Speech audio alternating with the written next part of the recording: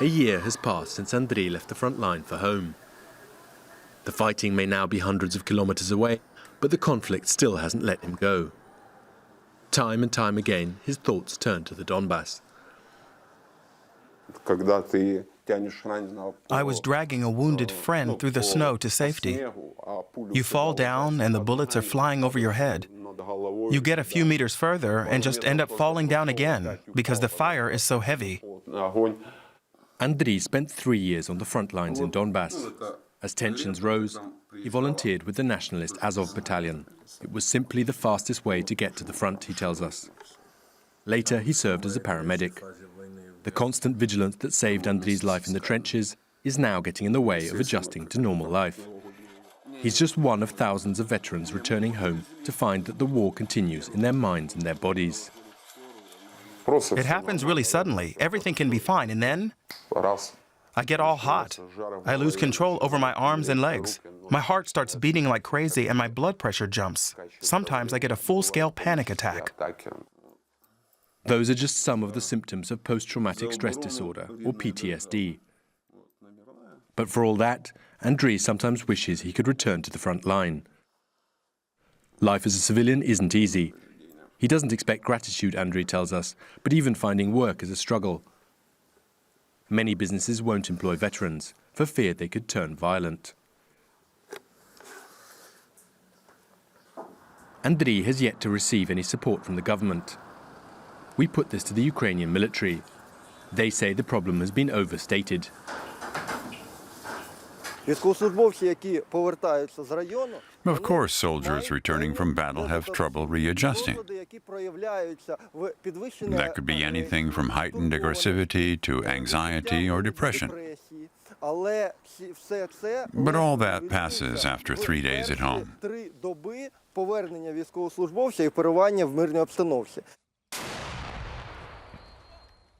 More than 600 soldiers on active duty have taken their own lives since the conflict began. So says Ukraine's top military prosecutor. It's a statistic that's been making headlines in Ukraine for months, but the army's top brass dismisses the figure. The true numbers are no higher than the Ukrainian average. It would be wrong to say that we have a critical situation with suicides in the Ukrainian army. Instead, activists are filling the gap left by government. We're in Verkhovina, high up in the Carpathian Mountains, about as far as you can get from the front line. Veterans like Andriy can come here to take a break and receive support from psychologists and art therapists. It's an opportunity that's only possible thanks to private donations. For the next 10 days, Andriy will be sharing every moment of every day with the group, none of whom he knew before coming here. I don't want to see any bunnies, any flowers. All I want you to do is experiment with the colors.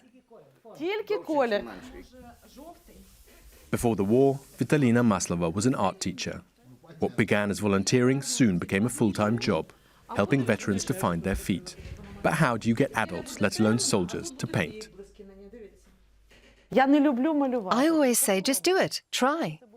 Our participants are always astonished when they see that they can produce something of beauty. What we're doing here is to create an atmosphere of trust in a safe place. We're surrounded by a beautiful landscape. They can finally let go and think about what they want to do with their lives. When did you last draw? It's been a while. Oh, come on, it's been 35 years at least. I've never done anything like this. I'm glad I came here. I'm just in a really good mood. The group heads up the mountain towards a cabin that Vitalina hopes will eventually become a permanent home for the project. But it's not just about the landscape. The villagers help our veterans to make sense of who it was they were actually fighting for. They meet people who are truly grateful to them. That's really important.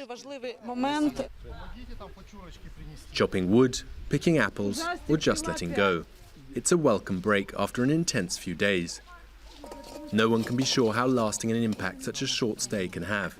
But already Andriy seems like a changed man, one with a plan.